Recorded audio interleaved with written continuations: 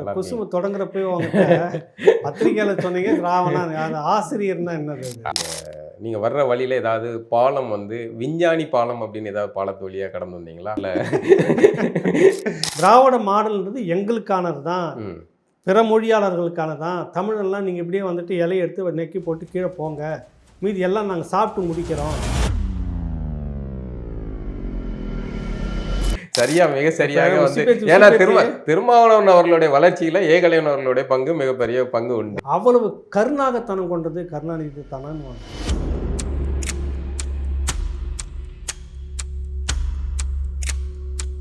இது சொல்றது உங்களுக்கு வெக்கமா இல்லை பாரு சார், இது ஒரு வேலையா? ஒரு இன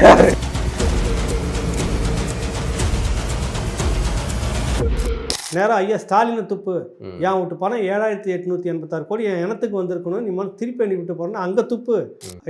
இன்னைக்கு நடக்கல இந்த பிரச்சனை, தமிழர் அல்லாதார் பிரச்சனை அன்றைக்கே வந்துடுச்சு. ஆஹா அவன் விட்டா நம்மளை தொடுத்துருவான் போல இருக்குது, இது நல்லா இல்லையேன்னு சொல்லிட்டு உடனே அவரை அழுத்திட்டு நீங்கள் அம்பேத்கரை தூக்கிட்டு வரீங்க. கேட்டால் என்ன பேசுனீங்க ரெண்டு பேரும் அப்படின்னாக்கா சில விஷயங்கள் சொன்னது எனக்கு ஆச்சரியமாக இருந்தது. யார் வைக்க சொல்கிறாரா? சத்தியமாக சொல்லியிருக்கிறாரு. நான் இன்னைக்கு உங்ககிட்ட சொல்கிறேன், முதல் உங்ககிட்ட பேசுகிறேன், கோவத்தோடு தான் அவருக்கு ஃபோன் பண்ணி நான் பேசுகிறேன். என்ன பண்ணிட்டு இருக்கீங்கன்னு ஒன்று. ஐயா நடந்த கூத்தை கேட்டிங்கன்னா வேற இந்த மாதிரி தான் நடந்துச்சு.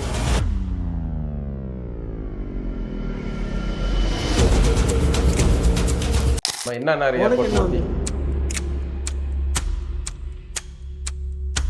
வணக்கம் நண்பர்களே, லைன்ஸ் மீடியா ஆரம்பித்த இந்த குறைவான நாட்களில் நீங்கள் எங்களுக்கு அளித்திருக்கிற ஆதரவு ரொம்ப மகிழ்ச்சி அளிக்கிறது. தொடர்ந்து எங்களுடன் இணைந்திருங்கள், லைக் பண்ணுங்கள், சப்ஸ்கிரைப் பண்ணுங்கள், முக்கியமாக பெல் பட்டன் அமுக்குங்க. தொடர்ந்து தமிழர்களுக்கான கருத்தியல் யுத்தத்தை செய்வோம், இணைந்திருங்க. வணக்கம் நண்பர்களே, நீங்கள் நம்ம கூட அரசியல் ரீதியாக உரையாடுறதுக்காக பத்திரிகையாளர் ராவணாவின் ஆசிரியர் ஏகலைவன் அவர்கள் வந்திருக்கிறார். வரவேற்போம். வணக்கம் சார். வணக்கம். குசும தொடங்குறப்போ அவங்ககிட்ட பத்திரிக்கையில் சொன்னீங்க திராவணன் அது ஆசிரியர்னா என்னது? அவனோடைய எடிட்டரு சரி ஆசிரியர்னு சொல்லிட்டோம். நல்லா இருக்கீங்களா? நல்லா இருக்கேன்.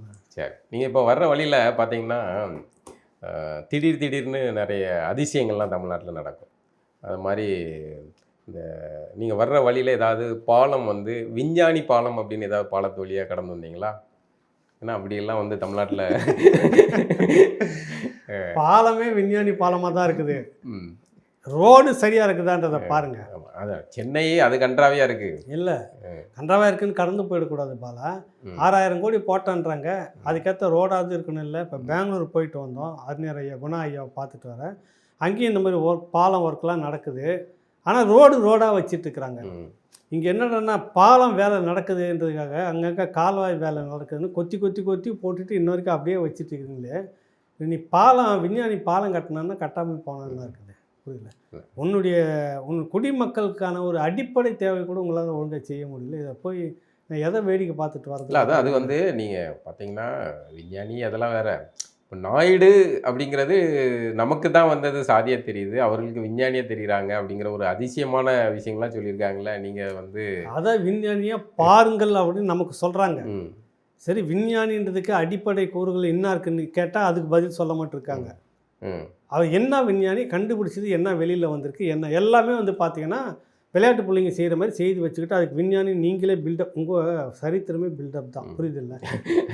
ஈவேராக்கு ராமசாமியாருக்கு யுனெஸ்கோ விருது கொடுத்த மாதிரி இல்லை, அது எல்லாத்தையுமே உங்களுக்குன்ற விடயங்கள் எல்லாமே பில்டப் பண்ணி வச்சுக்கிட்டு அதே போல் நீங்கள் ஒத்துக்குங்க, விஞ்ஞானி ஒத்துக்குங்க அப்படின்னு செய்தார். போனார் வந்துட்டு இல்லை அவர்கிட்ட இருந்தது, அவர் வந்து பெரிய அளவில் சேவை செய்கிறாரு போகிறாருன்னா நாட்டில் எல்லோரும் தான் சேவை செய்துங்கிறாங்க.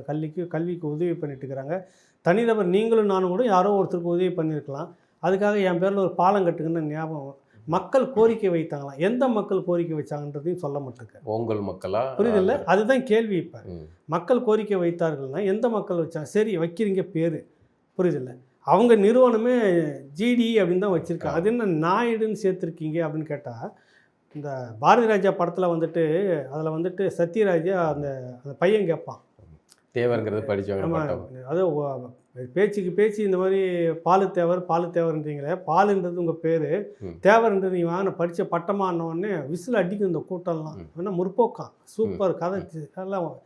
அதே தானே கேட்குறோம். இப்போ ஜிடின்றது சரி, நாயுடுன்றது வாங்கின பட்டமான்னு ஒரு பதிவு போட்டோம். அதுக்கு ஒரு அம்மா கொதிக்குது கொதிக்குது. அதுக்கு தான் அவங்க பதில் சொல்லிட்டாங்களா, அது விஞ்ஞானி பட்டம் இது இல்லை சாதி கிடையாதுன்னு எது சொல்லிட்டாங்க. நாயுடு நாயுடுங்கிறது விஞ்ஞானி சார். என்ன விஞ்ஞானி? என்ன நீங்க வந்து என்ன அப்ப உலகத்துல சரி, இருக்கீங்க? வெங்கையா நாயுடு விஞ்ஞானி. அவர் விஞ்ஞானி. இனிமேலாம் நீங்க வந்து அப்படி சொல்ல வெங்கையா விஞ்ஞானி. கூட்டின்னு வந்துட்டு அப்பாருடைய சிலையை திறக்கிறதுக்கு கலைஞர் சிலை திறக்கிறது வெங்கையா நாயுடுன்னு தானே போட்டீங்க. அப்போ அந்த நாயுடு எந்த விஞ்ஞானி? அதான் அது விஞ்ஞானின்னு இப்போ தான் நாங்கள் கண்டுபிடிச்சிருக்கோம். இப்போ தான் எங்களுக்கு தெரியும். சாதி இல்லை விஞ்ஞானி. சாதி கிடையாது விஞ்ஞானி. சரி இருக்கட்டும். விஞ்ஞானி உங்கள் வீட்டுக்கு விஞ்ஞானி, உங்கள் தேவைக்கு விஞ்ஞானி. ஏன் ஊருக்கு கொண்டு வைக்கிற பேரை? வேற யாரும் விஞ்ஞானிலாம் இல்லையா உங்களுக்கு? உங்களுக்கு மட்டும் பெரிய பெரிய இதுக்கு பேர் வச்சுட்டு போயிடுவீங்க. தமிழருடைய பேர்னா புறக்கணிக்கிறீங்களா அப்படின்னு கேட்டால் நீங்கள் என்ன வெறியர்கள்ன்றீங்க. சரிப்பா, விஞ்ஞானிங்கனாக்கா என்ன விஞ்ஞானினா அது எங்கள் குடும்பத்துக்கான விஞ்ஞானின்னு சொல்லி ஏதாவது ஒரு இடத்துல நீங்கள் நிற்கிறீங்களா?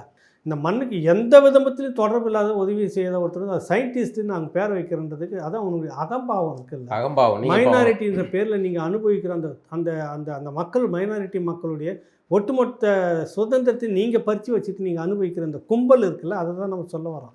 அதனுடைய திமிர் இப்படி உங்களெல்லாம் பேச வைக்கல. இல்லை, அந்த நீங்கள் திமிர் சொன்னனால சமயத்தில் நடந்த ஒரு காணொலி பார்த்துருப்பீங்க. உங்கள் ஊர் தான், திருவண்ணாமலைக்காரர் தான். அன்புமணிக்கு பதில் சொல்கிறதா நினச்சிட்டு, இன்னும் எங்கள் மண் எங்கள் பாட்டம் கட்டின மண், எங்கள் பாட்டம் கட்டின கோவில் கோபுரம் எங்கே கட்டினதுன்ட்டு ஏவாவேலு வந்து அன்புமணிக்கு பதில் சொல்கிறதா நினச்சி அவர் பேசுகிற வார்த்தை இருக்குல்ல, ஒரு தெலுங்கர் வந்து தமிழ்நாட்டில் நின்று இப்படி பேசுகிறாரு. அது அன்புமணிக்கு எதிரான வார்த்தைகள் கிடையாது, ஒட்டுமொத்த தமிழர்களுக்கு எதிரான வார்த்தையாக இருக்குது. அதை எப்படி பார்க்குறீங்க நீங்கள்? அவர் பேசுகிறார் பார்த்தீங்களா நீங்கள்? நான் பார்த்தேன். இவ்வளவு இல்லை, அது பெரிய அளவில் பேசப்படாமலே அமைதியாக கடந்து போன மாதிரி அளவு அது நார்மலைசஸ் எடுத்துகிட்டு போகுது. சூடு சொரணை நம்ம மக்களுக்கு இல்லை. இது என்ன எங்கள் மண் திருப்பதியில் நாங்கள் உட்காந்து பேசணும் ஒத்துக்கலாம். அது உண்மையில நம்ம மண் நம்ம கோயில் இன்னைக்கு சுற்றி உள்ள வெளியே எல்லாமே தமிழில் தான் கல்வெட்டு இருக்குது. புரியுதில்ல? எங்கள் மண்ணுன்னு எங்கள் கோயில் எடுத்து வச்சுக்கிட்டு உங்களுது எப்படின்ற வார்த்தையை சொன்னால் உனக்கு எவ்வளோ கோபம் வரும். திருவண்ணாமலை அங்கே போய் நின்று நம்ம சொல்ல முடியுமா? சொல்லிட்டு வர முடியாதுங்க. ஆளானப்பட்ட உங்கள் தெலுங்கர் உங்கள் பெரியார் போயிட்டு திராவிடன் சொன்னது இந்த மூடிக்கிட்டு போ, இந்த பக்கம் வந்துடாதுன்னு சொல்லிட்டு மிரட்டி அனுப்புனாங்களா இல்லையா? பெரியாருக்கே இது நடந்தது. அவ்வளோ மொழி பற்றோடு இருக்கிறாங்க, என்ன பற்றோடு இருக்கிறாங்க. நீ இந்த ஊரில் இருந்துக்கிட்டு உனக்கு அந்த இடத்துல அதிகாரம் இருக்குதுன்னு நீ இந்த தமிழ் நிலத்தில் தமிழ் பேரை சொல்லி அதிகாரத்தை சோதிச்சுட்டு இருக்கிற நீ இந்த கோயிலை சுற்றி இருக்கிற எல்லா பேரும் மாறிக்கிட்டு இருக்கு. தெலுங்கில் போர்டு வைக்கிறான், தெலுங்கில் எழுதிட்டு இருக்கிறான், தெலுங்கு எல்லாமே முழுக்க தெலுங்காக நிரம்பி வழியுது. இது என்னடா நியாயம்? அப்படி கேட்கணுமா இல்லையா? நீ கேட்டிருக்கணுமா இல்லையா? அவர் எப்படி கேட்பார்? அவர் தெலுங்கர், அவர் எப்படி கேட்பார்? அப்போ ஒத்துக்கோ, நான் இந்த மொழிக்காக இந்த இனத்துக்காக தான் நான் இருக்கிறேன், ஒட்டுமொத்த தமிழ் மக்களுக்காக இல்லை அப்படின்னு ஒத்துக்கிட்டு வந்து ஓட்டு கேள்வி வெளியில். புரியுதில்ல? இது எங்கள் மண் எங்கள் பாட்டன் தான் இந்த ராஜகோபுரத்தையே கட்டினான்னா உங்கள் பாட்டன் யார் முதல்ல? எப்படி வந்தான்? இந்த வரலாற்றை பேசணும் இல்லை. படையெடுத்து வந்தோடனே நீ பொண்ணு கொடுக்குற, தோத்துட்டீங்கன்னா கரெக்டா? அதில் வர்றது தானே. வாரிசு இல்லைன்னு கொண்டு வராங்க, அது பின்னாடி நடக்குது. அவன் பூர்வீகமாக அதுதான் அவனுடைய தான். அதை சொல்லலாம். என்ன சொல்கிறாங்கன்னா, நீங்கள் வீடு கட்டுங்க சார், அது உங்கள் வீடாக இருக்கும், ஆனால் பெயிண்ட் அடிச்சிருக்கோம் இப்போ, அதனால ஒயிட் வாஷ் நாங்கள் தான் அடித்தோம், அதனால அது எங்களுக்கு பெயிண்ட் அடித்த கோஷ்டிங் தானே இது. வரலாற்றின் மீது, தமிழர் வரலாற்றின் மீது பெயிண்ட் அடித்த கோஷ்டி தான் இது. வேற எந்த கோஷ்டிங்? பெயிண்ட் அடிச்சுட்டு ஸ்டிக்கர் ஒட்டுறதுன்னு கூட இல்லை, பெயிண்ட் அடித்த கோஷ்டி இது. ஒட்டிட்டு இதை வந்து இந்த பத்திரம் இன்னிலிருந்து இவர்களுக்கு சொந்தமானதுன்னு பெயிண்ட் அடிச்சுட்டு எழுதிட்டு போகிற மாதிரி கட்டுறது முழுக்க வந்து பெயிண்ட் அடிச்சுட்டு இன்னார் பெயிண்ட் அடித்தார் இந்த ஊரை சேர்ந்தவர்னு பார்க்குற முழுக்க இவன் தான் பெயிண்ட், இவன் கோயிலே வந்தான் கட்டினான்ற மாதிரி வரலாற்றை மாத்திரம். இது நீ போகிற ஆந்திராவில் போகிற பெங்களூருக்கு ஓட்டு கேட்குறதுக்கு காங்கிரஸுக்கு துணையாக போனீங்க, பார்த்துருப்பீங்க.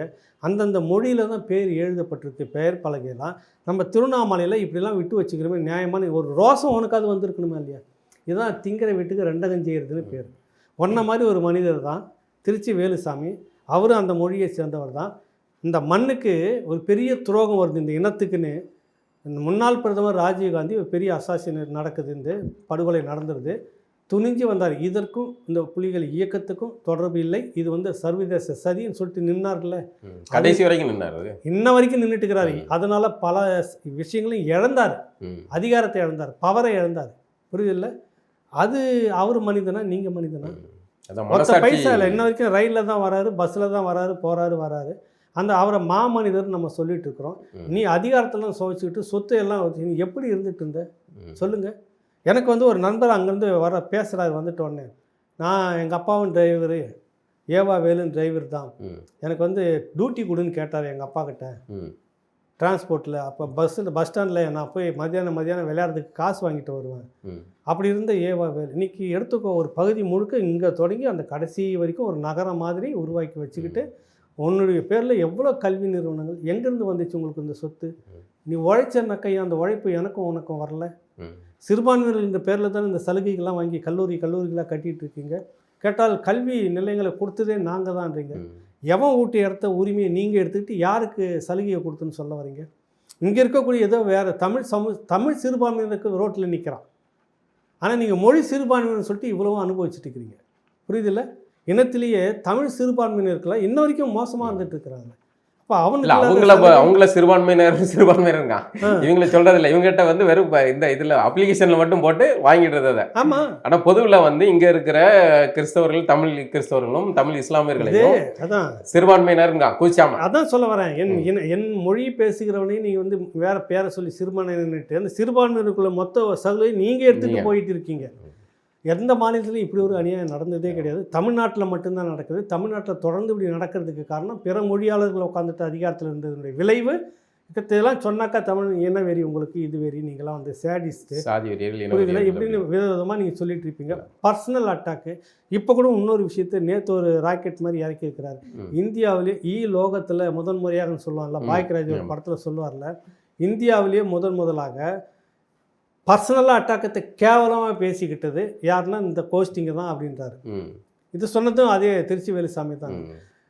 கண்ணீர் துளி பசங்க இருக்கிறாங்களே, காரியமாகனா வேலையை கூட செய்வாங்கன்னு பேசியிருக்கிறாரு. பேசி எழுதி இது இன்னைக்கு நம்ம படித்து காமிச்சு சொன்னால் நம்ம எதிரியாக குருமூர்த்தி போட்டு அந்த பக்கம் நீ எட்டி கூட இல்லை. சரிப்பா நீ ஒன்றும் பண்ணுவானா, குருமூர்த்தி இருக்கிற பக்கம் திரும்பி அப்படி பாருன்னா கூட பார்க்க மாட்டேங்கிறாங்க. ஏகலைவன் பேசிட்டாரு, பாலு பேசிட்டாருன்னா உடனே சம்மன் விசாரணை. இது எந்த விதத்தில் நியாயமானது? புரியல உங்களுக்கு? அப்போ நீ வந்து உண்மையிலேயே நீ ஆரிய பார்ப்பன கைக்குழியை நீங்களா நாமலா இருக்க போய்த்தானே எச்ராஜா உங்களால் கைது பண்ண முடியல, சீதையின் மைந்தனை கைது பண்ண முடியுது. காரணம் பெரியாரை விமர்சித்தார். புரியுதில்ல? பெரியார் எழுதுனதை படித்து காட்டினார்னு சீதையின் மைந்தன் 70 நாள் சிறை. பெரியார் எழுதுனதே படித்து காட்டி சொன்ன குருமூர்த்திக்கு அந்த பக்கம் கால் வச்சு கூட நீ அந்த பக்கமே போக மாட்டேன். கெஞ்சுறதுக்கு போகிறீங்களே ஒழிய மிஞ்சறதுக்கு போக மாட்டேங்கிறீங்க. டீலிங்க்கு போகிறோம். டீலிங், அண்டர் கிரவுண்ட் டீலிங்க்கு போகிறோம்.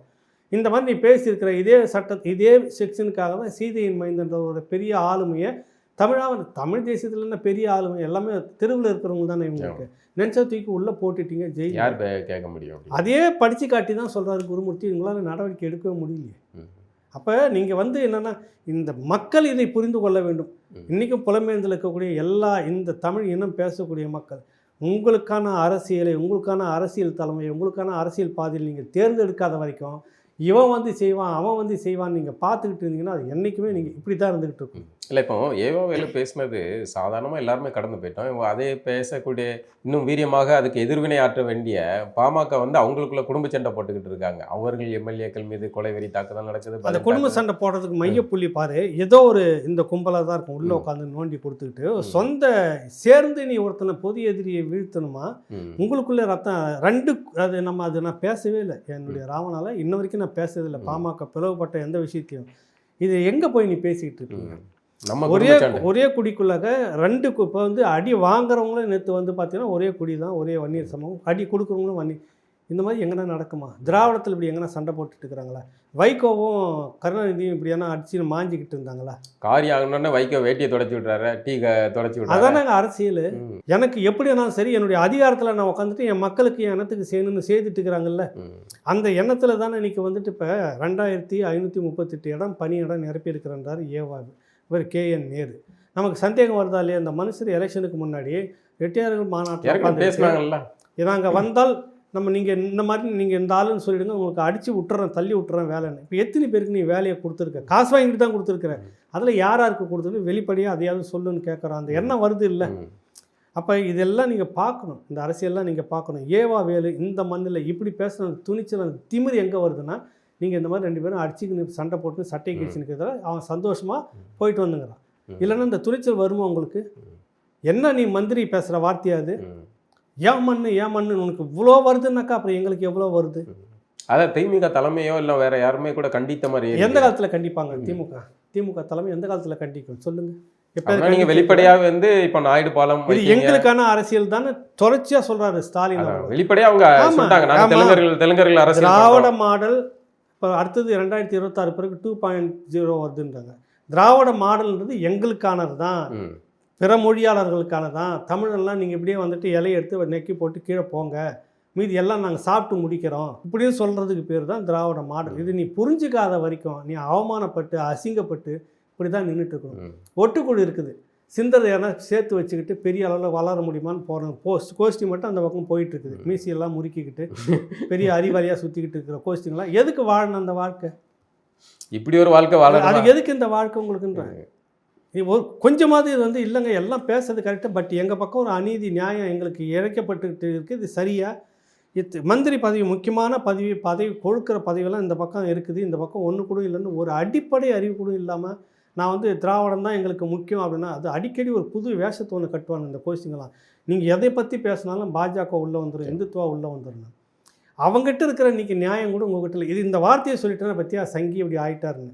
அவன் எல்லா சமூகத்தில் இருக்கக்கூடிய அவங்க இடத்துலலாம் பார்த்தீங்கன்னாக்கா உங்கள் மொழி உங்கள் ஆட்கள் ஆள்ற ஆந்திராவில் பார்த்தீங்கன்னா துணை மந்திரிகளும் பல பேருக்கும் பிரித்து கொடுத்துருக்கான் பதவிகள், துணை முதலமைச்சர் பதவிகள். இன்ன வரைக்கும் நீங்கள் செய்திருக்கீங்களா?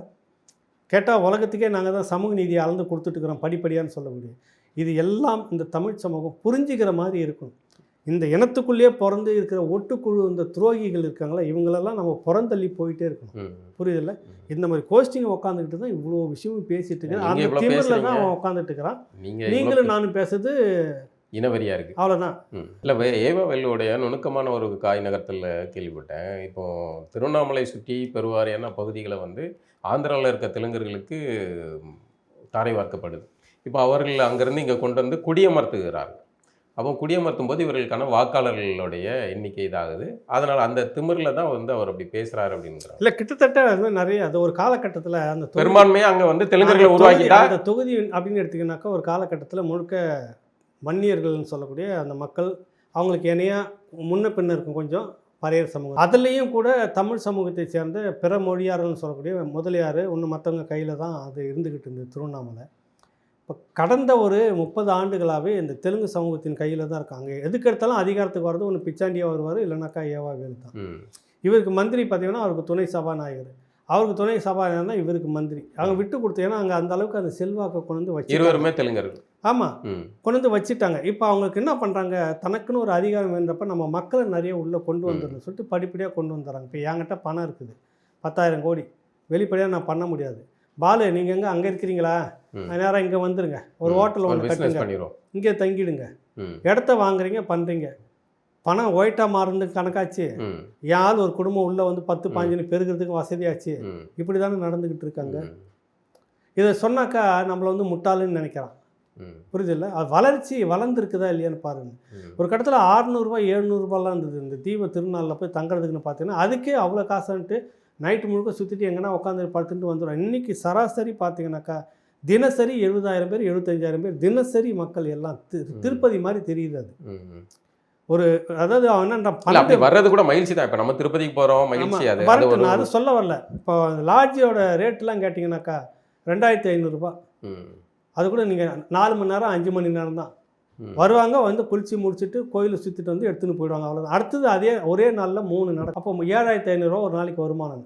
இப்படி அளவுக்கு இதை கட்டுப்படுத்துகிற மாதிரி எதுவுமே இல்லை. உங்களுக்கு எல்லாமே பணம் கொழிக்கிற தொழிலாக அந்த இடத்த சுற்றி யாரெல்லாம் வாங்கியிருக்காங்க கணக்கு எடுத்து பாருங்கன்னா இன்ன வரைக்கும் சொல்ல மாட்டேங்கிறாங்க. யாருக்கிட்ட இருக்குது அந்த இடம்லாம்? என்னன்னா நம்ம வந்து இந்த உரிமை எழுதி கொடுத்துட்டு போயிடணும், அவ்வளோதான். நீங்கள் சொல்கிறீங்க. இப்போ பார்த்தீங்கன்னா திருமாவளவன் அவர்கள் வந்து இந்த ஆட்சிக்கு அவரை மாதிரி முட்டு கொடுக்கறதுக்கு ஆளே இல்லாத அளவுக்கு முட்டு கொடுத்துக்கிட்டு இருக்காரு. இன்னை வரைக்கும் அடிமட்ட தொண்டர்கள் வந்து வேற சிறுத்தைகள் குட்டிகள் வேற மணலில் இருக்காங்க.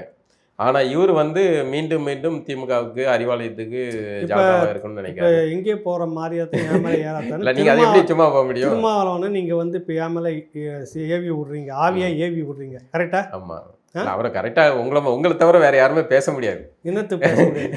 சரியா, மிக சரியாக வந்து ஏன்னா திருமாவளவன் அவர்களுடைய வளர்ச்சியில ஏகலைவன் அவர்களுடைய பங்கு மிகப்பெரிய பங்கு உண்டு. அந்த மாதிரிலாம் அவருக்கு எதுவும் பண்ணலை பாலா, அப்படிலாம் ஒன்றும் இல்லை. அவர் திறமையில அவர் வந்தார், ஓகே, எல்லாம் சரிதான்.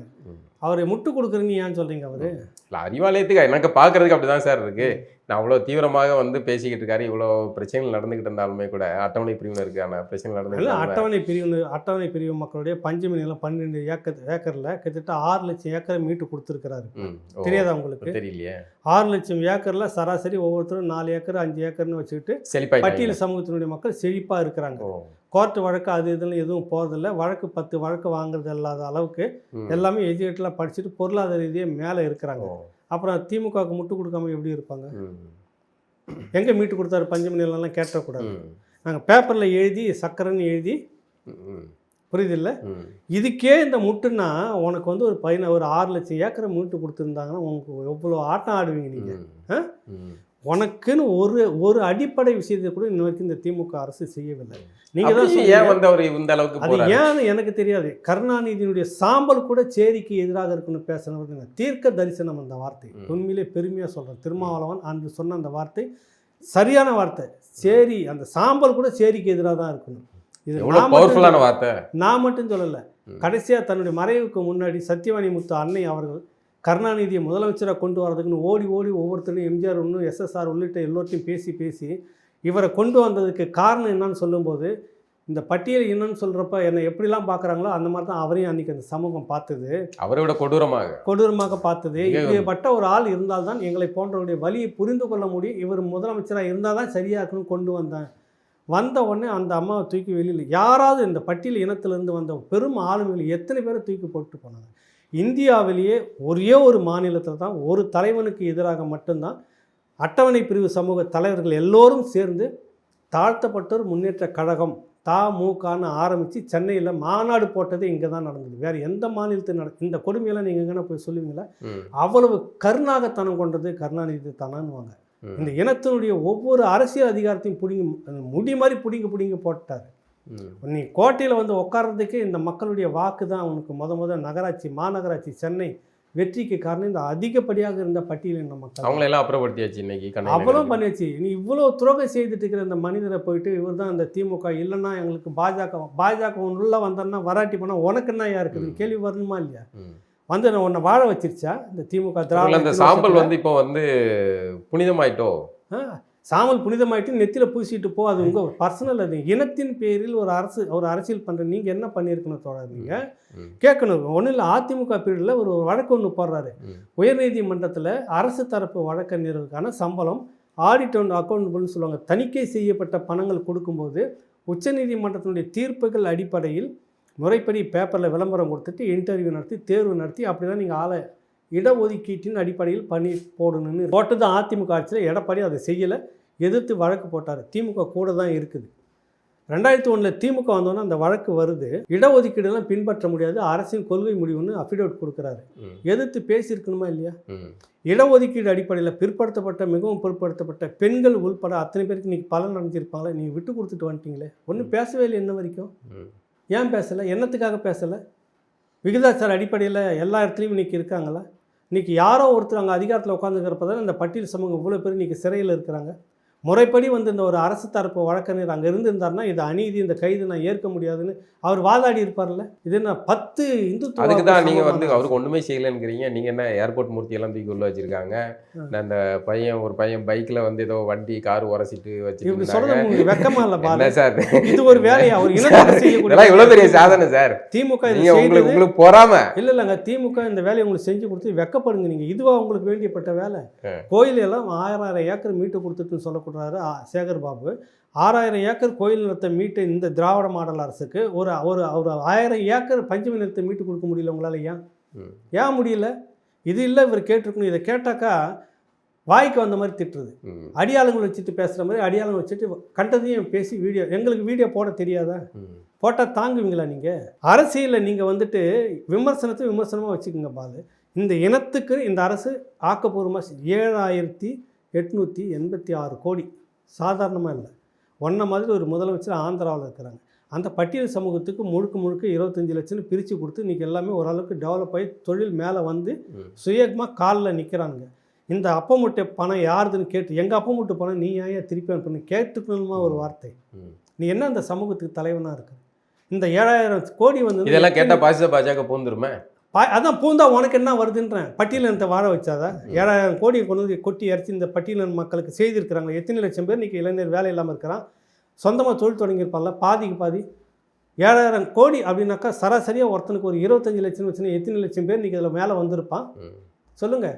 என்ன யார் விட்டு பணம் உனக்குன்னா பிரித்து கொடுக்குறதுல குறைஞ்சி நீங்கள் அவர்கிட்ட ஏன் கேட்டுக்கிட்டீங்க? அவர் தான் பொது தலைவர் ஆகிட்டாரு. நீங்கள் வந்து அதான் அப்போ பட்டியலின தலைவர்லாம் சொல்லிட்டு இருக்காதிங்க. புரியுது இல்லை? அவர் எங்க சொன்னார்? நீங்க தான் சொல்லிட்டு இருக்கீங்க. அவர் எங்க சொன்னார்? அவர் தான் பொது தலைவர் ஆயிட்டாரு.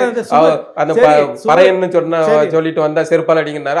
அதுக்கேற்றப்பல தான் நடந்து போச்சு. அப்ப ஐயா சுப்பவீரபாண்டியன் இவர் வெற்றி பெற்று விட்டால் திருமாவளவன் நாடாளுமன்றத்தில் தலித்தினுடைய குரல் தான் ஒலிக்குன்னு சொன்னார். ஏன் சொன்னாரு? நீ ஏகலைவனை திட்டிட்டு அதே போல சுப்பவீரபாண்டியனை திட்டு, ஒத்துக்கிறேன் நான். தலித் தலைவர் தானே நீங்க, நான் சொல்லலை. இன்னைக்கு உங்களுக்கு சப்போர்ட் பண்ணிட்டு உங்க கூட இருக்கிற தோழர் ஐயா சுப்பவீரபாண்டியன் தான் சொல்லியிருக்கிறாரு.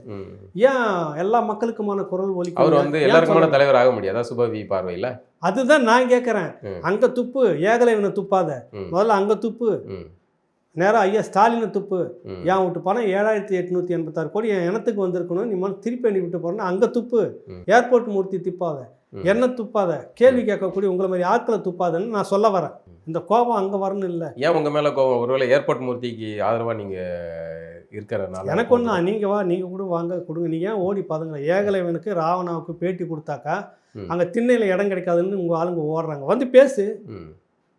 யாராருக்கோ பேட்டி கொடுக்குறீங்க, இங்கே வந்து பேட்டி கொடுத்தா அவங்களுக்கு குறைஞ்சிருதா? உங்களுக்கு அங்கே திண்ணையில் இடம் கிடைக்காது, புறக்கணிப்பு செய்யணும். ஒன்றும் இல்லை, ஒரு பெரிய அதிகாரி ஒரு விஷயத்துக்கு பேசுகிறேன், இல்லை நீங்கள் வந்து விமர்சனம் பண்ணுறீங்க, உங்களுக்கு கொடுத்தா எங்களுக்கு பிரச்சனை ஆகுன்னு சொல்கிறாரு.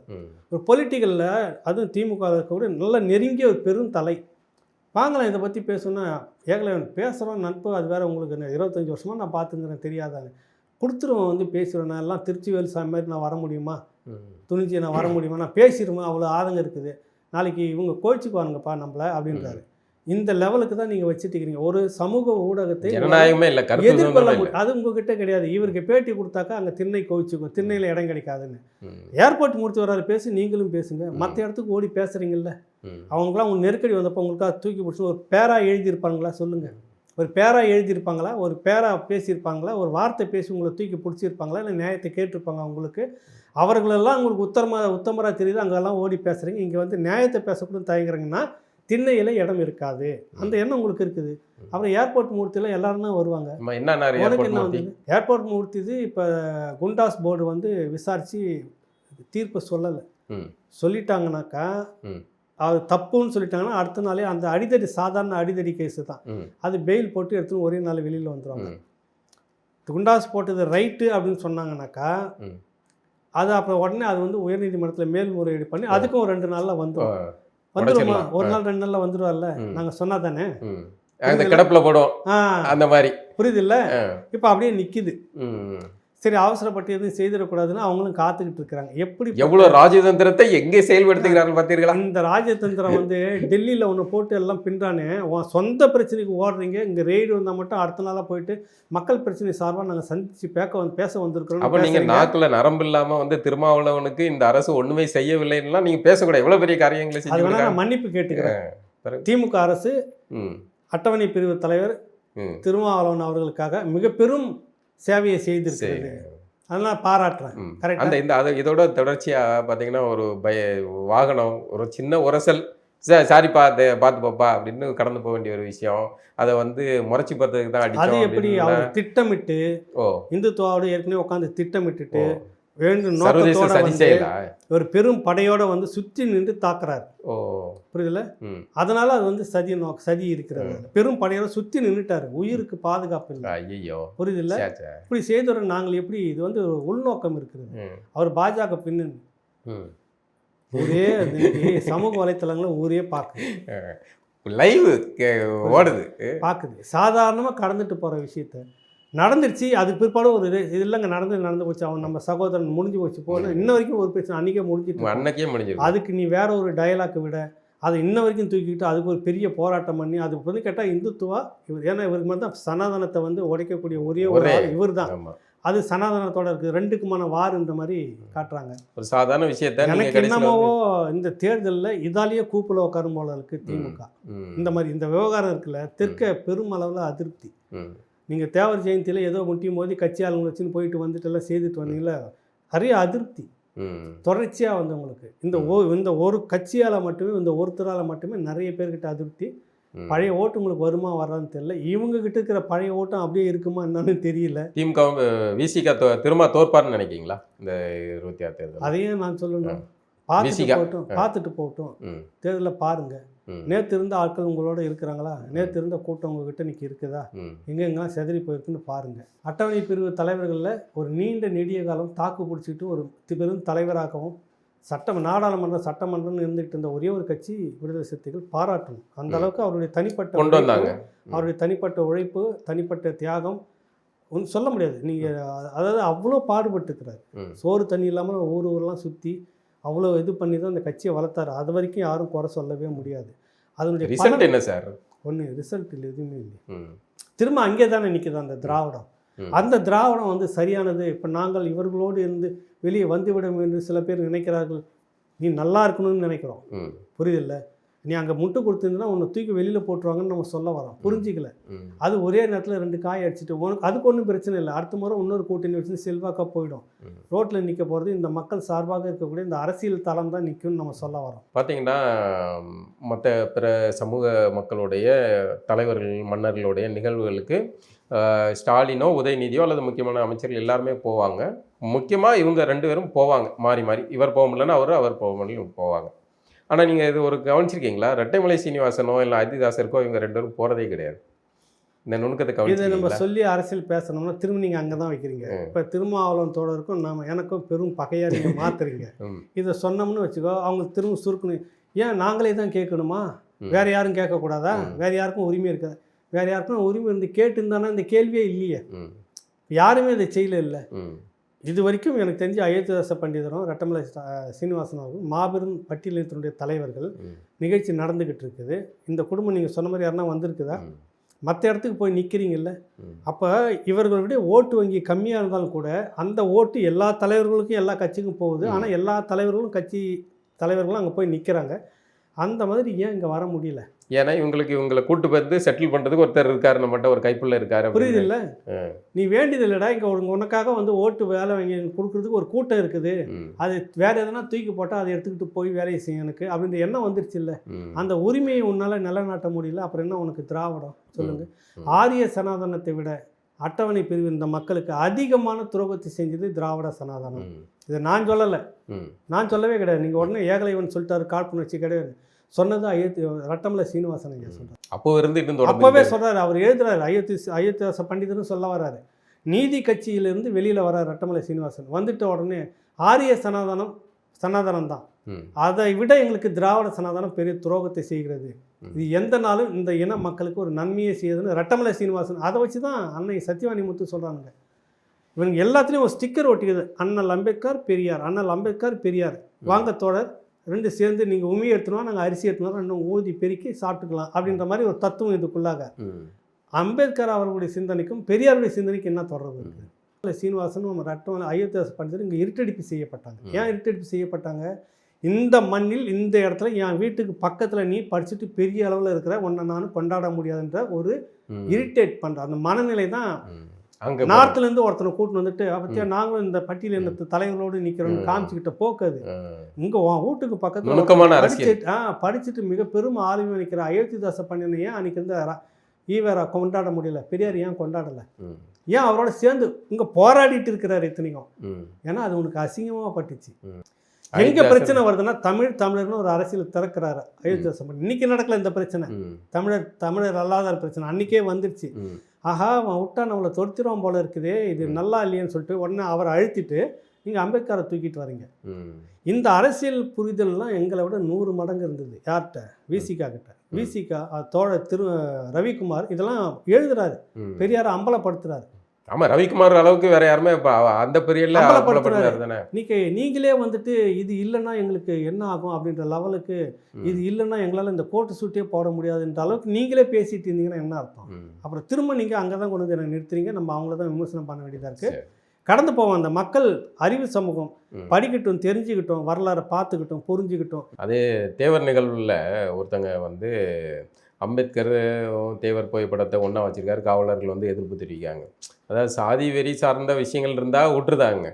ஒற்றுமையா இருப்போம், எல்லாம் ஒண்ணுதாம்மா, நாங்க எல்லாம் அண்ணன் தம்பிகள் தான் அப்படின்னு ஒருத்தர் வைக்காரு. அதுதான் திராவிட மாடல் பாலா. நீங்க ஒண்ணு சேர்ந்துடக்கூடாது. அதுதான் இப்ப நாங்க ஒண்ணு சேர்ந்து ஒண்ணா இருந்துட்டோம்னா நீ உட்காந்துருக்க முடியாதுல்ல, அந்த மாதிரி உட்காந்துக்கிட்டு 2 கோடி ரூபாய் வாட்சி கட்ட முடியாதுல்ல, 6 கோடியில் கார் ஓட்டின்னு போக முடியாதுல்ல, எதுவுமே சம்பாதிக்காம. புரியுதில்ல உங்களுக்கு? இந்த சொத்து சுகம் இத்தனை 1000 கோடி இத்தனை லட்சம் கோடி தமிழ்நாடு முழுக்க நீங்கள் நிலத்தில் முதலீடு பண்ணியிருக்கிற தொழில் இப்படி எங்கேருந்து வருது? உண்மையான அக்கறை உள்ளவங்கன்னா அதை வந்து பாராட்டி இருக்கணும். பாராட்டு. இதுக்கு போய் நீ வழக்கு போட்டு இதுக்கு போட்டு அதை எடுன்னு சொல்லுவியா? வழக்கு இல்லை, எடுத்து நீ சொல்லிட்டு நீ மிரட்டுவியா?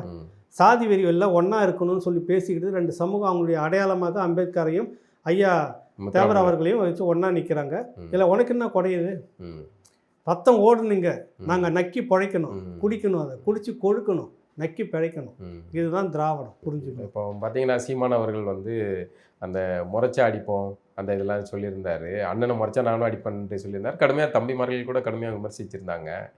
அந்த மாதிரி இவ்வளோத்துக்கும் சீமான் அவர்களை வந்து விசிகாவினர் கடுமையாக மிக கொச்சையாக விமர்சனம் பண்ணுறாங்க. ஆனால் இவர் வந்து அண்ணன்னு வந்து திருமாவை வந்து விட்டு கொடுக்காம இருக்கிறதுக்கு என்ன காரணம் நினைக்கிறீங்க? அந்த இல்லை அது அரசியலில் சிலதெல்லாம் நானே கூட அதை விமர்சனம் பண்ணி போட்டுக்கிறேன் ராவணாவில். இப்போ நாங்கள் அவர் முறைச்சிக்கிட்டு இருக்கிறோம், நீங்கள் எங்களை அடிப்பீங்களான்னு கேட்குறோம். கேட்டுங்க. அது அவர் வந்து நம்ம பார்வையில் வந்து நம்ம பார்க்குறோம். அவர் ஒரு பெரிய கட்டமைப்பை நகர்த்திக்கிட்டு போகிறது, இழுத்துக்கிட்டு போகக்கூடிய தலைமையில் இருக்கிறார். அவர் பேசக்கூடிய ஒரு வார்த்தையும் அப்படியே சறுக்கும் உங்களுக்கு. ஒடுக்கப்பட்ட தலைவருக்கு எதிராக ஒரு சாதிய வன்மத்தோடு சீமான் பேசுகிறாருன்னு பண்ணால் நீங்கள் தாங்குவீங்களா அந்த இடத்த? அந்த கட்டமைப்பு சங்கிலி உடையிறதை நீங்கள் தாங்கி பிடிப்போமா, நான் தாங்கி பிடிப்போமா? வழி அங்கே அவங்களுக்கு தானே இருக்கும். அதனால் அவர் எல்லாத்தையுமே சகோதரனாக அந்த பார்த்து கடத்தணுன்றதுக்காக அந்த வார்த்தை சொல்கிறப்ப நம்ம அதை எடுத்துக்கிறோம். நான் அதை ஆனால் எனக்கு அதில் உடன்பாடில் நான் விமர்சனம் பண்ணியிருக்கிறேன். ஆழமாக நீங்கள் அதில் யோசிக்கணும். அவர் எடுத்தெறிஞ்சு பேசுறதுக்கும் நீங்களும் நான் எடுத்து பேசுறதுக்கும் நிறைய வித்தியாசம் இருக்குது. அவர் பேச வேணாம் சார், மட்டும் இது பண்ண வேணாம்ல, அதை கடந்து போகலாம்ல. கடையில் கேட்டுட்டாங்க, வந்துடுச்சு, அதை இப்படி தானே எதிர்கொண்டாகணும். ஆமாம், எங்கள் அண்ணன் நான் பண்ணால் நானும் தான் வருவேன் அப்படின்றப்ப அந்த அட்டவணை பிரிவினுடைய ஒரு முகமாக இருக்கக்கூடிய அவருக்கு நான் பகையாக இல்லைன்னு சொல்லக்கூடிய வார்த்தை அதுக்குள்ளே இருக்குது. ஆனால் அவர் தான் பகையாக பார்த்துட்டு இருக்கிறார். யார்? விசிக தரப்பு. இவர் அந்த மாதிரி இன்ன வரைக்கும் பார்க்கல. அவங்க தான் அநாகரிகமாக என்னென்ன பேசணுமோ எல்லாத்தையும் செய்து முடிச்சிருக்கிறாங்க. அதை அந்த நேரத்தில் நான் பெருந்தன்மையை காட்டுகிறேன்னு சொல்கிறதா கூட அவர் இருக்கும். எனக்கு தனிப்பட்ட முறையில் அவர் அங்கே பேசியிருக்கக்கூடாது. அதுவும் அவர்கிட்ட இந்த மாதிரிலாம் நீங்கள் அநாகரிகத்தை பற்றிலாம் நாகரிகத்தை பற்றிலாம் பார்க்கவே கூடாது. என்ன ஒரு நாளாந்தரமாக உங்களுக்கு பிறந்த நாள் வருது, பிறந்த நாளை நீங்கள் கொண்டாடிக்கிங்க, உங்களுக்கு உடம்பு முழுக்க நீங்கள் சொரிஞ்சிக்கிங்க, மருந்து தடவிக்கிங்க, அது வேறு விஷயம். தூவிக்காங்க, எதை வேணாலும் பண்ணிக்கோங்க, குடங்குளமாக தலையில் ஊற்றிக்கிங்க, எதனா பண்ணிக்கோங்க. அந்த இடத்துல ஒரு பட்டிமன்றன்ற பேரில் ஒரு மாற்று கட்சி தலைவரை நீங்கள் நக்கல் பண்ணி சிரிச்சுக்கிட்டு உட்காந்துருக்கிற தலைமை என்ன தலைமை இது? அதுவும் சில்லுண்டி பயில்களை கூப்பிட்டு வச்சு அவரை போயிட்டு எங்கள் அண்ணனை முறைச்சா அப்படின்னு நீ நெஞ்சு நிறுத்துறப்ப எங்களுக்கு வலிக்குது இல்லைன்ற கேள்வி எல்லாருமே கேட்டிருந்தோம். அது வந்து சரி, அது வந்து தனி வேறு, அது வேறு டிபார்ட்மெண்ட். ஆனால் இங்கே என்ன பார்க்கணும், இவர் வாயால் அந்த மாதிரி பேச முடியாது. இல்லை, சரியான விஷயங்களின் போது ஆதரிக்கலாம், தவறு முரண்பாடுகள் இருக்குன்னா அதை வந்து சொல்கிறது, அது விமர்சிக்கலாம், விமர்சித்து அதான் ஆக்கணும். நான் அதை சொல்ல வரல. என்னுடைய பார்வையில் நீங்கள் இந்த மாதிரி பேசியிருக்கக்கூடாது, நான் விமர்சனம் பண்ணுறேன். ஆனால் அவருக்குன்னு ஒரு இது இருக்குல்ல, ஒரு கட்டமைப்புக்குள்ளே இருக்கிறாரு.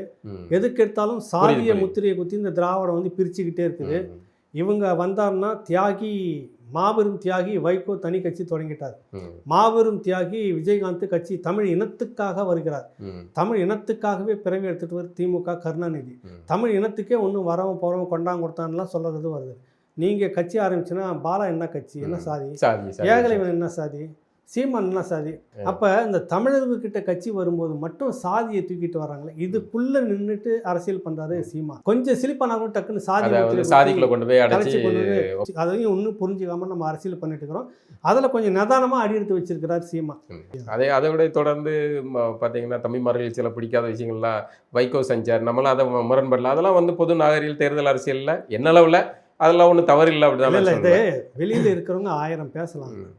எனக்கு அன்றைக்கி மருத்துவமனையில் போய் பார்த்துட்டு வந்தோன்னே நான் அவருக்கே ஃபோன் அடித்து கேட்டேன், ஐயா இந்த பக்கம் நாங்கள் வந்துட்டு இருந்தோம், உடம்பு சரியில்லைன்றாங்களே, சரி பேசலாம், அங்கே இன்னொருத்தரையும் பார்க்க போகிறதா இருக்குது, சரி இவர் பார்க்க வரலான்னு வான்றார். வைகோ ஒருத்தரை பொறுத்த வரைக்கும் அவர் முடிவு பண்ணிட்டாருன்னா வலியை பார்க்கறதுக்கான சூழ்நிலையை ஏற்படுத்திக்குவார். நான் பாலாவை புறக்கணின்னு முடிவு பண்ணிட்டாருனாக்கா அவர் இல்லை, நான் விருப்பம் இல்லை, ஆள் இல்லைன்னு சொல்லி அனுப்புவார். அந்த மாதிரி நான் அனுபவித்து பார்த்துருக்குறேன் நிறைய பேருக்கு. அவர் வர சொல்லிட்டோன்னே உட்காந்து சந்தித்து பேசுகிறாரு. நான் கேட்டேன், என்ன பேசுனீங்க 2 பேரும் அப்படின்னாக்கா சில விஷயங்கள் சொன்னது எனக்கு ஆச்சரியமாக இருந்தது. விட்டுறாதீங்க சீமான், யார் வைக்க சொல்கிறாரா? சத்தியமாக சொல்லியிருக்கிறாரு. நான் இன்னைக்கு உங்ககிட்ட சொல்கிறேன், முதல் உங்ககிட்ட பேசுகிறேன். ம். கோவத்தோட தான் அவருக்கு ஃபோன் பண்ணி நான் பேசுகிறேன். என்ன பண்ணிட்டு இருக்கீங்கன்னு ஒன்று. ஐயா நடந்த கூத்தை கேட்டிங்கன்னா வேற இந்த மாதிரி தான் நடந்துச்சு. ம். அதை பேசிக்கிட்டே இருக்கும்போது நம்ம நெகிழ்ச்சியாக விட்டுறாதீங்க சீமான், அடித்து மேலே கொண்டுட்டு வாங்க, ம். விட்டுறாதீங்க. ம். புரியுதுல உங்களுக்கு? யார் அதை இங்கே கொஞ்சம் பேர் தமிழ் தேசியம் பேசிக்கிட்டு திராவிடத்தை ஒழிக்க வர்றான் அப்படின்னு அதே பேசின வைகோ அதே சொல்றாரா? வாயால தான் விட்டுறாதீங்க சீமான், ம். அடித்து கொண்டுட்டு வாங்க, விட்டுறாதீங்க. திராவிடத்தை அடிக்கிறத விட்டுறாதீங்கிறாரா? அதுதான் அர்த்தம். ம். உங்கள் நோக்கத்தை விட்டுறாதீங்கன்றாரு. சீமானுடைய நோக்கம் என்ன? திராவிடத்தை ஒழிப்பு. திராவிடத்தின் தொட்டிலில் படுத்தின்னு பாட்டு பாடின்னு சுற்றிட்டு இருக்கிறதா ஒரு வேலை. ம். அதான் செய்துட்டு இருந்தார் 5 வருஷம். ம். அப்போ அவருக்கு தெரியுது ஒரு காலகட்டத்தில் இனிமேல் தவிர்க்க முடியாது அப்படின்றத ஒன்று அதை பாராட்டி தான் ஆகணும்னு பேசுகிறாரு. ம். போதும் நீங்கள் அலைஞ்சதெல்லாம் போதும்ண்ணே, இல்லைன்னா தம்பிகள்கிட்ட திட்டு வாங்கி கொடுக்கறதுக்காக கூப்பிட்டு செஞ்சாப்லையா? அப்படிலாம் இல்லை. போதும் நீங்கள் அலைஞ்சது, இதுக்கு மேலே நீங்கள் சுற்றாதீங்க, எழுதுகிற வேலையை பாருங்கள், இதுக்கு மேலே நீங்கள் பேசுனதெல்லாம் இருக்குதெல்லாம் இல்லையே, அப்படிலாம் ஒன்றும் இல்லையே தம்பி. ம். இப்போ திரும்பி பார்க்குறப்ப எவ்வளோ பேச்சு நான் பேசுனதெல்லாம் இல்லையேன்னு கண்ணு கலங்கியிருக்கிறார். ம். கண்ணு கலங்கியிருக்கிறார். ம். அதுதான் எங்கள் மாமனார் கூட நான் அன்றைக்கி பேசின பேச்சுலாம் இன்றைக்கி தேடி பார்க்குறேன். காளிமுத்துக்கு சொல்கிறாரு, ம். இல்லை அந்த மாதிரி உங்களை மாதிரி ஆட்கள்லாம் பேசுனது வரலாறாக கொண்டுட்டு வாங்க, எழுதுங்க, ம். பேசுறது அப்படின்னு. அலைஞ்சதெல்லாம் போதும் இவர் சொல்லியிருக்கிறார். உடனே அவர் நெகிழ்ந்து போய் ம். உன்னை இப்படி போய் திட்டிட்டுனேன்ற நோக்கம் தான் உங்களுக்கு அது கண்ணு கலங்கி தழுவி இருக்கிறார். ம். இது சொன்னார் அன்னைக்கு. ம். இது ஒரு சந்திப்பில் வைகோ நடந்துச்சு. இயல்புலே கொஞ்சம் நவரச நாயகன் தான். ஆமாம், புரியுது. அந்த நவரசத்துலேயும் ஒரு உண்மையை ஒத்துக்கிட்டார்ல, விட்டுறாதீங்க சீமான், அடித்து கொண்டுட்டு வாங்க. அந்த நவரசத்துல நீங்க விழுந்துட்டீங்களா? புரியுதுல்ல? அதானே வருது. இப்போ நீ என்னை விமர்சிக்கிற பாலா, நீயே என்னை பார்த்து கை கொடுத்து என்ன நல்லா இருக்கிறீங்களான்னு கேட்குற, நல்லா வருது இல்லை? நீங்கள் அதை இல்லை பார்க்கணும். எப்படி பார்த்துட்டா கூட்டணி நாளைக்கு வச்சுக்க போகிறாரு. அதெல்லாம் அது ஒன்றும் கிடையாது. அது ஒரு அரசியல். தமிழ்நாட்டில் மட்டும்தான் இவ்வளவு கேவலமான ஒரு அரசியல். அந்த சிந்தனை எனக்குமே இருக்குது. ஏன்டா பார்த்தேன்னு நினைக்கிற அளவுக்கு இன்னும் என் மனசு அழுக்காக தான் இருக்குது. பார்த்துருக்க கூடாதுன்னு என்னுடைய தனிப்பட்ட இது கேவலமான அரசியல் நான் அப்படி நினைக்கிறேன்ல, அதையும் எனக்கு கேவலம்னு நினைக்கிறேன். நார்த்தில் போங்க, ஒரு பொது சம்பளத்தில் எல்லா அரசியல் கட்சியும் ஒன்றா உட்காந்து துக்கம் நல்லது கெட்டதில் ஒன்றா இருக்கிறாங்க. அது வரைக்கும்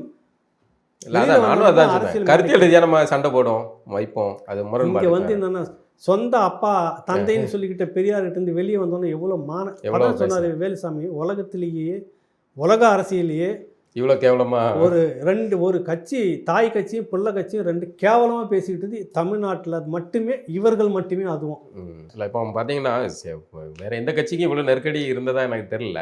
சீமான் தனியாக நிற்கிறது அப்படிங்கிறது ஒரு சீமானுக்கு மிகப்பெரிய நெருக்கடியாக இருக்குது. அவரை சுற்றி இந்த வளைச்சி கேள்வி கேட்டுக்கிட்டே இருக்காங்க. நீங்கள் கூட்டணி வைக்க மாட்டீங்களான்ட்டு அவர் தனியாகவே எனக்கு என்ன தோணுதுன்னா, அங்கே பாருங்க பாலா, எந்த காலகட்டத்திலும் யாரோட நான் கூட்டணி இல்லை, தனித்து தான் சொல்லி தான் வந்திருக்கிறார். அவர் பாதியில் அவர் போயிட்டே தான் இருக்கிறார். உங்களுக்கும் எனக்கும் இவர் ஏன் தனியாக நிற்கணும்? நீங்கள் போயிட்டு அவர் 15 சட்டமன்ற உறுப்பினர், உடனே சட்டமன்ற உறுப்பினர் உள்ளே போய் உட்காந்துட்டாக்கா, உள்ளே போய் உட்காந்த விஜயகாந்தனுடைய கதை என்னாச்சு? உள்ளே போய் பாட்டாளி மக்கள் கட்சியினுடைய வரலாறு தெரியுமா உங்களுக்கு யாருக்காவது?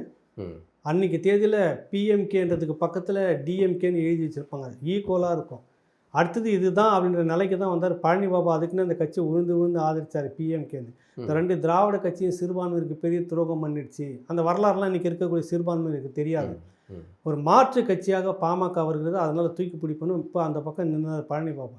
சவால் விட்டுக்கிட்டு இருந்தது பாட்டாளி மக்கள் கட்சி. ஒரு கட்டத்தில் நடுங்கிக்கிட்டு இருந்துச்சு, திராவிடம் முடிஞ்சு போச்சு நம்ம கதைன்னு. சத்தியத்துக்கு இதெல்லாம் இருந்தது அவங்களுக்கு. நான்லாம் ஒரு 25 வருஷம் பின்னாடி போய் பார்க்குறேன். அப்படி இருந்தது காலம். காலப்போக்கில் கூட்டணி மாறி வச்சு இன்றைக்கி எங்கே நின்னீங்க? நீங்கள் கூட்டணி இல்லாமல் உங்களாலையும் வாழ முடியாத ஒரு நிலைமை வந்துட்டுல. தாக்க பிடிச்சி இன்னும் கொஞ்ச நாள் இருந்தீங்கன்னா இன்னைக்கு பாட்டாளி மக்கள் கட்சி தமிழ்நாட்டை ஆண்டு இருக்கும். அது காலகட்டத்தில் தொடங்கின புதுசில் பறையர் மக்களும் சரி, வன்னியர் மக்களும் சரி, தெற்கு தேவேந்திர மக்களும் சரி, நாடார் மக்கள் அவ்வளோ பேரும் உள்ள தலைமைகள் இருந்தாங்க. கொஞ்சம் கொஞ்சமாக சிதைச்சிது. திராவிடம் தான் சிதைச்சி இவனை பிரித்து சாதியை பிரித்து வெளியே தூக்கி போடுறது, பறையர்களை பிரித்து விட்டுறது, அவரை பிரித்து விட்டுறது, ஒன்றா இருந்தது. அவ்வளோ மிகப்பெரும் கட்சி. மிரண்டாங்க எல்லாருமே. எல்லா அறிவியல்களும் அதை ஆதரிச்சாங்களே. உள்ளே இருந்தாங்க. என்னன்னாக்கா அன்றைக்கி எல்லாமே கிட்டத்தட்ட முற்போக்கு சிந்தனையாக இருந்த பலரும் உள்ளே இருந்தாங்க. புலவர் கலியபெருமாளுடைய மகன்களாம் அதில் உள்ளே இருந்தாங்க. தீரன் மிகப்பெரும் முற்போக்குவாதி தான் அவரும். இவங்கெல்லாம் உள்ளே இருந்து ஒரு பெரிய இதில் கொண்டு வந்து கடைசியாக ஒரு சட்டிக்குள்ளே போயிடுச்சு. இன்னைக்கு இந்த பாதிப்பு நாம் தமிழர் கட்சிக்கு வரணுமா? கூட்டணின்னா உங்களுக்கு அவ்வளோ சக்கரை பொங்கலாக போனோடனே வாழை இலை போட்டு அப்படி கறி விருந்து சாப்பிட்றதுன்னு நினச்சிட்டிங்களா நீங்கள்? அதுவும் கூட இவங்க எடப்பாடி தமிழர் அவர் கூட சேர வேண்டியதானே அப்படின்னு ஒரு நெருக்குதல் உருவாக்குறாங்க. இல்லைங்க, அந்த 10-15 சீட்டு வாங்கிட்டு நீங்கள் உட்காந்துட்டு நீங்கள் என்ன பண்ண முடியும் சொல்லுங்கள்? அதில் கறி விருந்து சாப்பிட்றதுன்னு நினச்சிங்களா? எனக்கு புரியலை. உனக்கு தனித்தன்மை முடிஞ்ச வரைக்கும் கட்டிக்கிட்டே வா, ஒரு சூழ்நிலை உருவாகும். அதான் நான் சொல்லிட்டு இருக்கிறேன். நீ கூட்டணி வச்சுட்டுன்னா 15 பேர் நாளைக்கு 10 பேர் அந்த பக்கம் இருப்பான். ஓகே, நான் வேணா இன்றைக்கி எழுதி கொடுக்குறேன், பார்த்துக்கிறீங்களா? நான் தமிழர் கட்சி 15 சட்டமன்ற உறுப்பினர் வரனா 10 பேர் எடப்பாடி கூட போயிடுவாங்க. அப்போ அந்த அளவுக்கு கொள்கை இல்லாத தம்பிமார்களை தான் உருவாக்கியிருக்காரா? தம்பிமார்கள் கொள்கையில் இருந்தால் கூட சூழ்நிலை உங்களை உருவாக்கும். புரியுதுல உங்களுக்கு? கூட்டணி வைக்காம அதனால இல்லைங்க, உங்களை கரைக்கும். நீ தனித்துவமாக வாழ்ந்த, நீ போராடி உனக்கான கட்டமைப்பு கொண்டு வா. 20-25% வரப்ப உன்னை தவிர்க்க முடியாதுன்றப்ப அன்றைக்கி நீ டிமாண்ட் பண்ணு. இன்றைக்கி நீங்கள் டிமாண்ட் பண்ணுற இடத்துல இல்லை, உங்கள்கிட்ட 8 தான் இருக்குது. 25 வந்துட்டிங்கனாக்கா டிசைடிங் அத்தாரிட்டின்றது நீங்கள் அப்போ தமிழ் சார்ந்த கட்சிகளோட கூட்டணி வைப்பாங்க. கூட்டணி அன்றைக்கி வைக்கிறல்ல, அன்றைக்கி நீ யார் கூட கூட்டணி வச்சாலும் அதிகாரம் வாங்கிட்டே இருக்குது, ஓட்டு பலம் வாங்கிட்டே இருக்கு. நான் இந்த டிமாண்ட் பண்ணுறதுக்கு ஒத்துக்கிட்டா வா பேசுவேன், நீ திராவிடமாக கூட இரு வா, என்னுடைய அதிகாரத்தை இதெல்லாம் நான் பயன்படுத்தும், இதெல்லாம் நான் செய்வேன்னா வா, அப்போ வா அப்படின்ற ஒரு நிலம் அன்றைக்கி இருக்கு. ஒன்று தவிர்க்கலையே, நீ 25 வச்சுங்கிறிய பர்சன்டேஜ், அந்த ஓட்டு பலத்தை கூட்டுவதற்கான வேலையை செய்யுங்க முதல்ல. அதை விட்டு நீங்கள் உடனே போய் வச்சுங்கனாக்கா தம்பிமார்கள்லாம் பலகீனமானவர்கள்லாம் உங்களுக்கு தெரியாது திராவிடம் என்னென்னலாம் பண்ணும். இன்றைக்கி எப்படிலாம் மாட்டிக்கிட்டு அதுலேருந்து வெளியே வர்றதுக்கு இல்லாமல் முழிச்சிட்டு இருக்கிறாங்கலாம் தெரியும் உங்களுக்கு. அவன் என்னென்னத்தெல்லாம் எடுத்து வச்சுட்டு இருப்பான்லாம் உங்களுக்கு தெரியாது. புரியுதில்ல உங்களுக்கு? இது ஒரு உலகம் முழுக்க இருக்கக்கூடிய ஒரு யுக்தி. ஏகலைவனுக்கு அந்த வகையில் சீமானவர்கள் சரியாக பயணம் எனக்கு சரியாக படுது. நான் அவரை வந்து முட்டு கொடுக்கணும்லாம் எனக்கு ஒன்றுமே கிடையாது. எனக்கு அங்கேருந்து எனக்கு மாதம்லாம் தூக்கி ஒன்றும் கொடுத்துக்கிட்டுலாம் இல்லை அங்கேருந்து நான் எதிர்த்து பேசினா எனக்கு குடிமொழிக்கு போகணும் இல்லை. நான் இன்றைக்கி கூட எனக்கு சரியில்லைன்னு படிச்சேன்னா நேருக்கு நேராக முகத்துக்கு நேராக சொல்லிட்டு போகிறேன். எனக்கு குணம் இருக்குது, தைரியமும் இருக்குது. வாங்கிட்டா தான் நான் அச்சப்பட்டுருக்கேன். எனக்கு அப்படி ஒன்றும் தேவையே கிடையாதுங்க. இந்த இனத்தின் அடிப்படையில் ஒரு அரசியல் திறந்துருக்கு, அது வேணும் அப்படின்னு நினைக்கிறேன். இதை நீங்கள் மாறுறீங்க தப்புங்கன்னு சொல்லிட்டு போயிட்டே இருப்பீங்க. விஜய் வந்து கரூர் சம்பவம் வழக்கு பார்த்தீங்கன்னா ஆதவோட பேட்டி இதெல்லாம் பார்த்துருப்பீங்க இந்த நிகழ்ச்சி பேச்சிலலாம். அது என்ன மாதிரி போகிறாங்க விஜய் அவர்களுடைய இது தாக்கம் எப்படி இருக்குன்னு? விஜய் வந்து தனிச்சு நிற்க முடியாதுன்றது என்னுடைய மனசு சொல்லிகிட்டே இருக்குது. திரும்ப நான் சொல்ல வரேன். அவங்க வந்து ஒன்றும் அதிமுக அணிக்கு தான் போவார்னு கட்டாயம் ஒரு அணிக்கு அவர் போய் தான் ஆகணும்.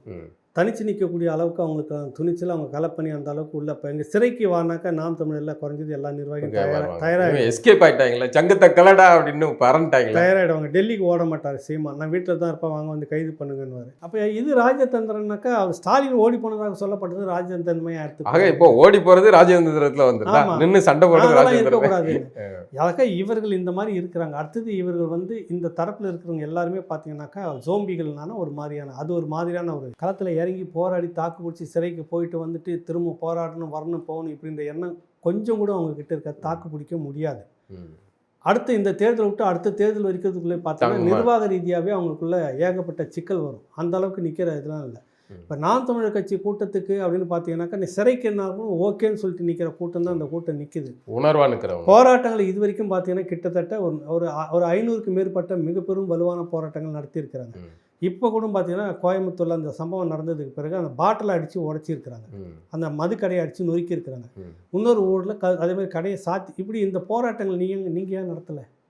2 வருஷம் வந்துட்டீங்கல்ல, மதுவால் எவ்வளோ கேடுன்னு தெரியுது இல்லை, தீர்மானங்கள் நிறைவேற்றுறீங்கல்ல, ஏன் நீங்கள் இந்த விஷயத்தை செய்ய முடியல? ஏன் செய்ய முடியல உங்களால்? ஏன் போராட்ட முடியல? போராட்ட களத்துக்கு நீங்கள் ஒன்றும் தயாராகவில்லை. அந்த கட்சிக்குள்ளே ஒரு விஷயத்தை செஞ்சுருக்கீங்க, பாதுகாப்பு அணின்னு ஒரு டீமை கூப்பிட்டு வச்சு பண்ணியிருக்கீங்க. உண்மையாக வரவேற்க வேண்டிய விஷயம், நல்ல விஷயம், பாராட்டுறேன். இப்படி நீங்கள் ஒரு கட்டமைப்பை வந்து வலுப்படுத்திக்கிட்டு அரசியல் வந்து புரிதலோடு எடுத்துக்கிட்டு அரசியல் வகுப்புகள்லாம் எடுத்துக்கிட்டு போராட்டம் நடக்கும், சிறைப்பழக வேண்டியது இருக்கும், இப்படிலாம் இருக்குன்னு தெரிஞ்சு அந்த சொல்லி கொடுத்து நீங்கள் களத்துக்கு வந்து உங்களை கொண்டாடலாம். ஏன்னா எப்படி இந்த இனத்துக்காக நீங்கள் போராடி வந்து நிறைய உரிமைகளை வாங்கணும். அதை விட்டு நான் உள்ளாரே தான் இருந்துகிட்டு இருப்பேன்.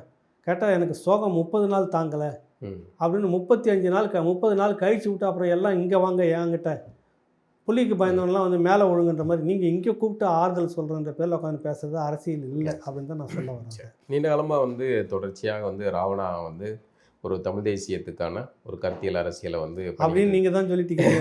எவன் நம்புறான் நம்பாளுங்களே இதை பார்க்க மாட்டேங்கிறாங்க.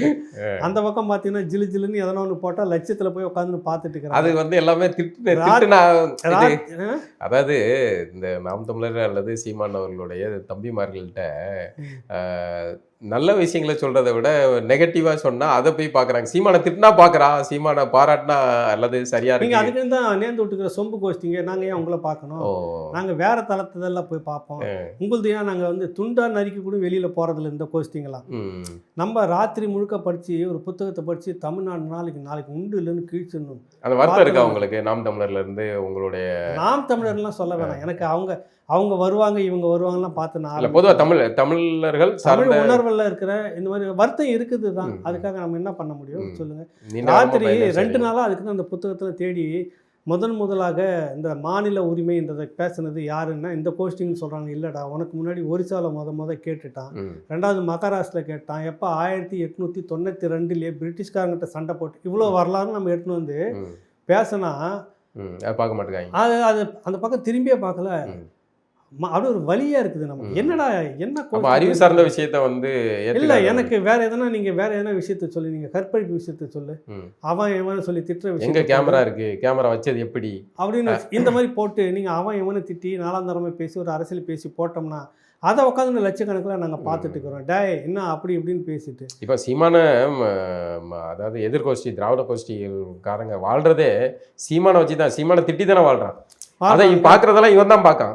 சரி நம்ம திட்டி போட்டாலும் பார்க்குறீங்களாடா? திராவத்தை திட்டி போடுறான் அதுவும் பார்க்குறேன். அதுவும் கிடையாது உங்களுக்கு.